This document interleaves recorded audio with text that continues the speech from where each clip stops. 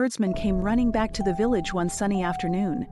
His eyes were wide and he looked scared but excited. He told everyone that he saw a family so tall they could touch the clouds.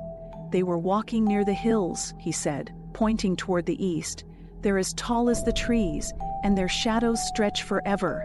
Some people laughed, saying the sun had made him see things that weren't there. But the elders didn't laugh. They sat quietly, thinking hard. One of them, Baraka, rubbed his chin and said, "If this is true, it could mean something important. The ancestors sometimes send us signs in strange ways." Soon everyone in the village was talking about the giants. Were they friendly? Were they dangerous? Nobody knew. People told stories around the fire at night, trying to guess where the giants had come from. A week later, a group of children playing by the forest came running back with wide eyes. "We saw them," one of the kids shouted. "They're real. They didn't hurt us, they just stood there and smiled." Now, nobody could ignore the stories anymore. Some people thought the giants were a blessing, maybe even spirits sent to protect the village. Others were afraid, whispering that the giants might bring bad luck. The whole village was buzzing with excitement and fear. Then, one evening, just as the sun was setting and the sky was turning orange, the giants came. Everyone in the village saw them this time. There were 7 of them, standing tall at the edge of the village. They didn't move or say anything, they just stood there, watching. The villagers gathered quickly, huddling together and staring at the giants. Some people were scared and hid behind others, while a few brave ones stepped closer. The giants didn't look mean. They were just quiet. Baraka, the oldest elder, finally spoke. "They don't mean us harm," he said softly. "But why are they here?" Nobody answered. The giants didn't talk. They just looked at the villagers with calm eyes, like they were waiting for something. Then, just as quietly as they came, they turned around and walked away. Their footsteps left big holes in the ground, and everyone watched them until they disappeared into the distance. That night, nobody in Kijani slept. People sat around their fires whispering about what they had seen. Why did they come? What do they want? Are they here to help us or to bring trouble? The wind blew gently through the village, but it felt different now, almost as if it was carrying the giants' footsteps in its whispers. The people of Kijani didn't know it yet, but this was just the beginning of a story they would never forget. After the giants came and left, it was all anyone in Kijani could talk about. Everywhere you went, by the river, at the market, or under the big baobab tree, people were talking about the giants. But not everyone agreed on what to think about them. Some people, especially the elders, believed the giants were a sign from the ancestors. "They are here to guide us," Baraka said one morning as the village gathered under the shade of the tree. His voice was slow and wise, the kind that made people stop and listen. "The ancestors don't send signs for no reason. We must pay attention." But others weren't so sure. "What if they're not ancestors?" asked a man named Juma, who was one of the hunters. He crossed his arms and looked serious. "What if they're here to take something from us, or worse, hurt us?" Some of the villagers nodded, their faces worried. The thought of giants being dangerous scared them. After all, the giants were so tall they could probably crush a house just by stepping on it. "I don't trust them," said Mama Asha, a woman who sold fruits at the market. She shook her head firmly. "They didn't even talk to us. If they were friendly, why didn't they say anything?" But then there were others who thought the giants might be good. The children who had seen them near the forest couldn't stop talking about how kind their smiles were. "They didn't chase us," said little Sefu, who was only 8. "They just looked at us like they were happy to see us." As the days passed, the village seemed to split into 2 groups. There were the people who thought the giants were good and wanted to welcome them, and there were the people who were scared and wanted them to go away. Even the kids in the village started arguing about it. Some of them pretended to be giants, walking around on stilts made from sticks and saying, "We are here to help you." Others shouted back, "No, you're scary, go away." It was a strange time in Kijani, and nobody seemed to know what to do. One day, Baraka called a meeting under the baobab tree. "We cannot let this divide us," he said, looking at everyone with his wise old eyes. "Whether the giants are here for good or bad, we must face them together as a village." But not everyone agreed. "If they come back, we should chase them away," Juma argued, his face serious. "We can't let them stay near the village." "And if they are here to help us?" Baraka asked calmly. "What then?" Nobody had an answer.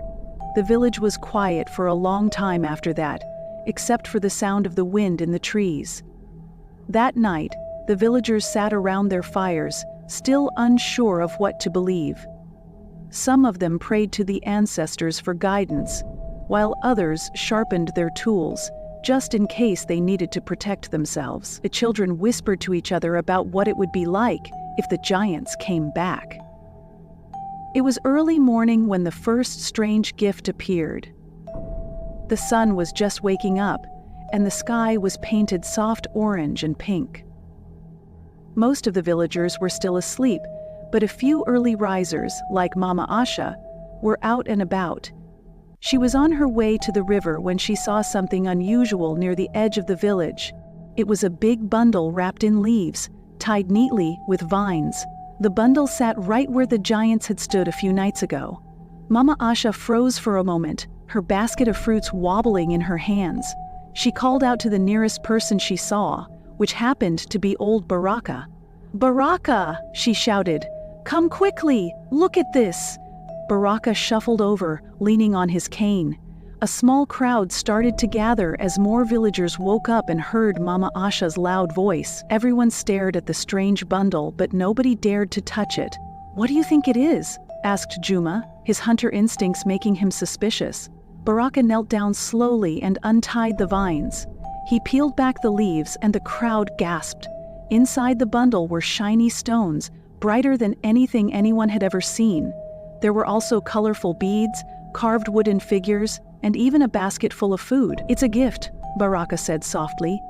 "From the giants." Some of the villagers cheered.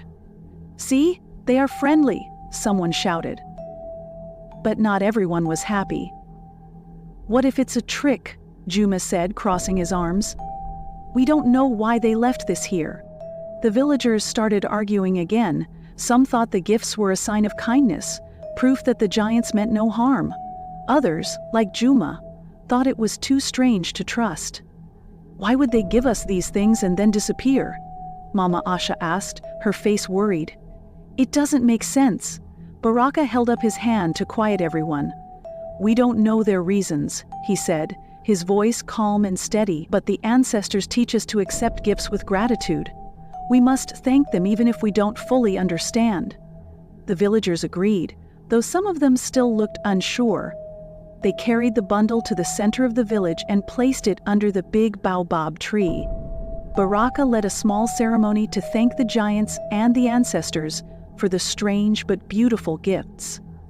For a few days, things in the village calmed down. The children loved playing with the beads and wooden figures, and the shiny stones were displayed proudly in Baraka's hut. Some people even started to believe the giants were protectors, sent by the ancestors to watch over Kijani. But then, more bundles started appearing. Every morning there was a new one in a different spot near the village. Some had food, some had tools, and others had even more shiny stones and decorations. The gifts were always wrapped in the same way, with leaves and vines, as if the giants wanted to show they cared. At first, the villagers were happy. "We are blessed," Mama Asha said, smiling for the first time in days. Even Juma began to relax, though he still kept his spear close by, just in case. But soon, some villagers started to worry. "Why are they giving us so many gifts?" one man asked. "What do they want in return?" Baraka didn't have an answer, and the question hung in the air like a heavy cloud. The giants hadn't come back to explain themselves, and their silence made some people uneasy. The children didn't care about the worries of the adults. They loved the gifts and spent their days playing with the shiny stones and colorful beads. But the grown-ups couldn't stop wondering. "What if they're watching us?" Juma said one evening as the villagers sat around the fire. What if they're waiting for something? Baraka shook his head. The giants haven't hurt us, he said. Maybe we should focus on being grateful instead of afraid. But the uneasiness didn't go away. Even as the villagers enjoyed the gifts, they couldn't shake the feeling that something big was about to happen. The giants had given them so much, but why? What were they waiting for? That night, the wind blew harder than usual, carrying whispers that seemed louder than before. The villagers huddled close to their fires, their hearts full of questions they couldn't answer. And somewhere, far beyond the edge of the village, the giants stood tall in the shadows, silent as ever. One quiet night, something strange happened. The moon was big and bright, lighting up the whole village of Kijani. The wind was calm, and everyone was asleep in their huts. The shiny stones and gifts from the giants were safely tucked away under the big baobab tree, like they always were. But then, deep in the night, a sound woke some of the villagers. Thud, thud, thud. It was faint at first, like someone walking very far away. But it got louder. Thud, thud, thud. The ground started to shake a little, like when a storm was coming. Mama Asha was the first to sit up. She lit her small oil lamp and peeked out of her hut. The sound was still far, but it was coming closer. Soon, other villagers woke up too. People whispered to each other, "What's that noise?" And, "Is it them?" Juma grabbed his spear. He was always ready for trouble. "Stay in your huts," he called out, his voice strong but nervous. "Let me check." Baraka, the old elder, stepped out of his hut too. He leaned on his cane and squinted into the darkness. "No," he said calmly. "We face this together. Everyone, come to the tree." The villagers, sleepy and scared, gathered under the baobab tree. The children clung to their mothers, and the hunters held their weapons tightly. The thudding sound grew louder and louder, until it felt like the whole earth was rumbling. Then, at the edge of the village, they saw them. The giants. There were 7 of them, just like before. They were taller than any tree in the village, their long shadows stretching far in the moonlight. The villagers froze, too scared to move. The giants didn't come any closer. They stood there, silent as always, their eyes glowing softly in the dark. For a moment, nobody said anything. The only sound was the wind rustling through the trees. Finally, Baraka stepped forward. His hands were shaking a little, but his voice was steady. "Why have you come?" he asked, looking up at the giants. "What do you want from us?" The giants didn't answer. Instead, the tallest one raised its long arm and pointed toward the baobab tree. The villagers gasped. "They're pointing at the gifts," someone whispered. "What does it mean?" Mama Asha asked, clutching her shawl tightly. "I don't like this," Juma said, gripping his spear. "We should send them away." "No," Baraka said firmly. "We need to listen." The giant kept pointing, and then, very slowly, it reached behind its back. The villagers gasped again, some of them stepping back in fear. But the giant didn't attack. Instead, it brought out something large and shiny. It was a bowl, carved from stone, and it glimmered in the moonlight. The giant set it down carefully on the ground near the tree. Then, it straightened up and pointed at the villagers. "What does it want?" Sefu, one of the children, asked in a small voice. Baraka studied the bowl for a long moment. Then, his face lit up with understanding. "I think they're asking for something in return," he said. "They've given us so much, now they want us to give back." The villagers murmured to each other, confused and nervous. "But what do we give them?" Mama Asha asked. "We don't have anything as grand as their gifts." Baraka held up his hand to quiet everyone. "We don't need to give them grand things," he said. "We just need to give them what we can. Maybe they're testing our kindness." The villagers didn't know what to think, but they trusted Baraka. Slowly, one by one, they began to bring small offerings to the bowl. Mama Asha placed a ripe mango from her basket. Juma, though still unsure, added a sharp hunting knife. The children brought little trinkets they loved, like shells and carved toys. When the bowl was full, the giants leaned down and looked at it. Their glowing eyes seemed to soften, and the tallest one nodded. Then, without a word, they turned and walked away into the night, their footsteps shaking the ground. The villagers stood there for a long time, watching the giants disappear. When the sound of their footsteps faded, Baraka spoke. "They've shown us something important tonight," he said. "Kindness is not just about taking, it's about giving too." That night, the people of Kijani slept uneasily, but their hearts were a little lighter. They didn't know what the giants would do next, but they felt they had done the right thing. For the first time in a long while, the village felt more united. The moon watched over them, glowing brightly, as if it too was proud of their courage. The village of Kijani woke up the next morning feeling a little different. The night with the giants had left everyone talking. Some people felt proud that they had given gifts to the giants, but others were still worried. What if it wasn't enough? What if the giants came back asking for more? Baraka, as usual, tried to calm everyone. "We've done what we could," he said. "The giants seem peaceful. Let's carry on with our lives and not live in fear."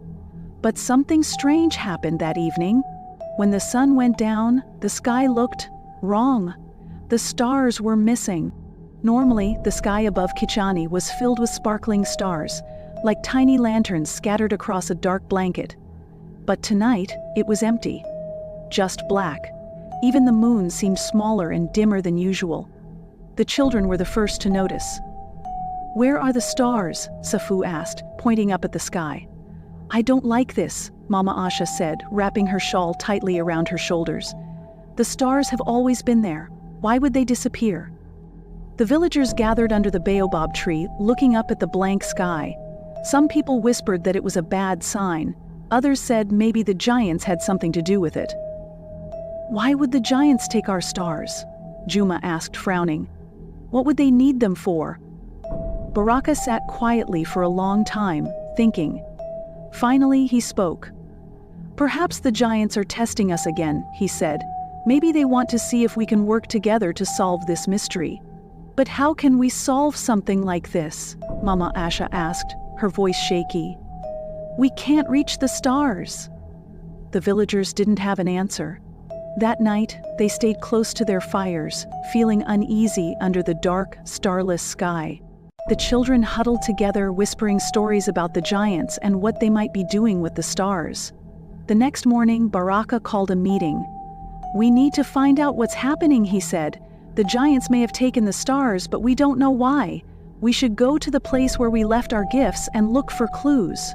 Juma and a few other hunters agreed to go, along with Baraka and some of the braver villagers. The children begged to come too, but their parents said it was too dangerous.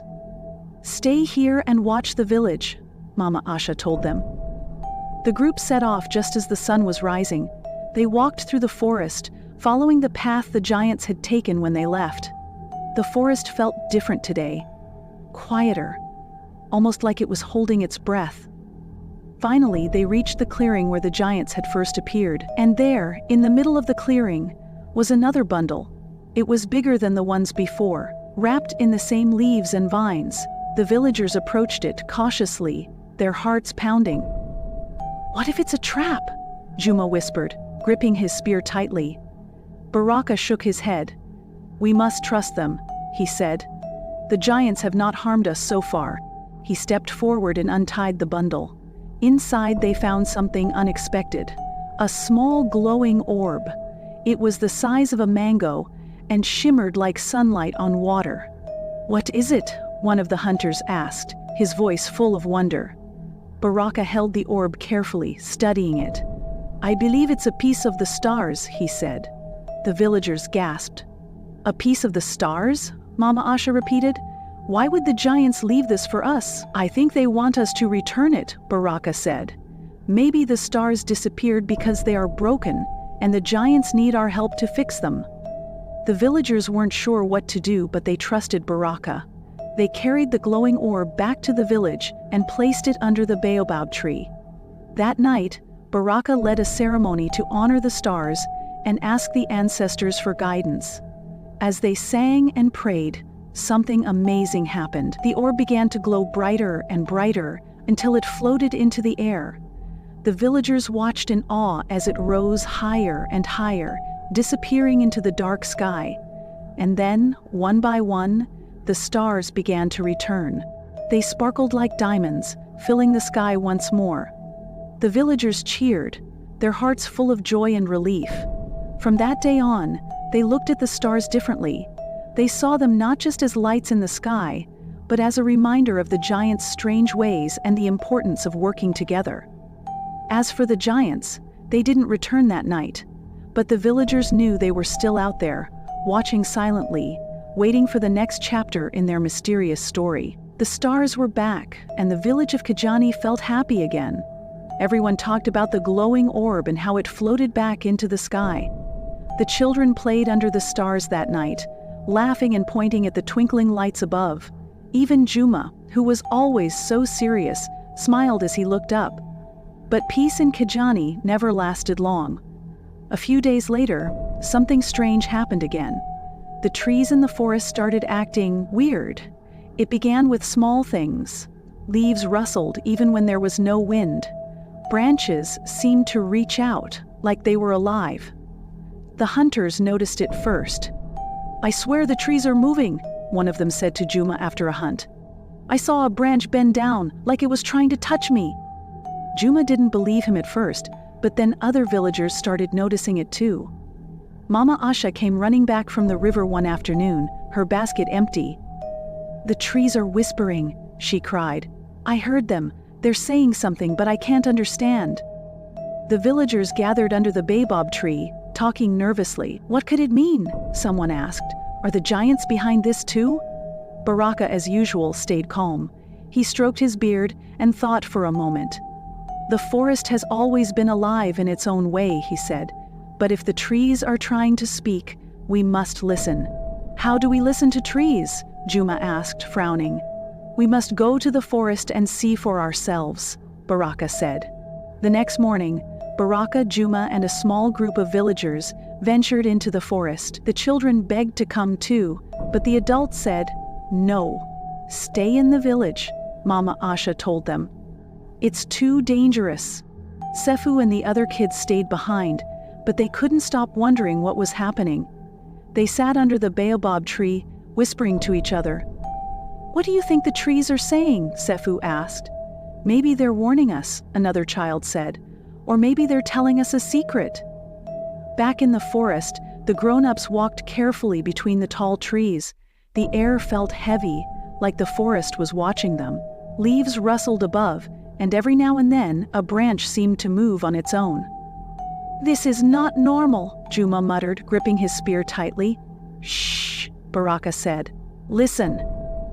The group stopped and stood still. At first, all they heard was the rustling of leaves, but then, a soft sound reached their ears. It was like a whisper, faint and distant, but it was there. Baraka closed his eyes, trying to make out the words. The whispers grew louder, like the trees were trying harder to be heard. Finally, Baraka spoke. "They're saying, 'Follow us.'" The villagers exchanged nervous glances. "Follow them where?" Juma asked. "I don't know," Baraka admitted. "But we must trust them." The group followed the whispers deeper into the forest. The trees seemed to guide them, bending their branches to point the way. The path became narrower, and the sunlight barely reached through the thick leaves above. Finally, they reached a small clearing. In the middle of it was something incredible. Another glowing orb, just like the one they had found before. But this one was green, and it pulsed softly, like it was alive. "Eye trees led us here," Baraka said, his voice filled with wonder. "What do we do with it?" Juma asked. Baraka stepped forward and carefully picked up the orb. It was warm in his hands, and as he held it, the whispers grew louder. This time, everyone could hear the words clearly. "Protect the earth," the trees seemed to say. "Share the gift." Baraka nodded, understanding. "The giants must have left this for us," he said. "It's a reminder to care for the forest and the land." The villagers carried the orb back to Kijani, where they placed it under the baobab tree. That night they held another ceremony, singing and thanking the ancestors, the giants, and the trees for their guidance. The green orb glowed brightly, lighting up the whole village, and though the trees still whispered sometimes, their voices sounded peaceful, as if they were saying, "Thank you." From that day on, the villagers treated the forest with even more respect. They took only what they needed and always gave thanks. And though the giants didn't return, the people of Kijani knew they were still watching, their mysterious lessons shaping the village in ways no one could have imagined. And so, the story of Kijani came to an end. The Earth's heart was safe, and the villagers knew their place within it. Thanks for watching till the end of this video, and please do well to share your thoughts in the comments section.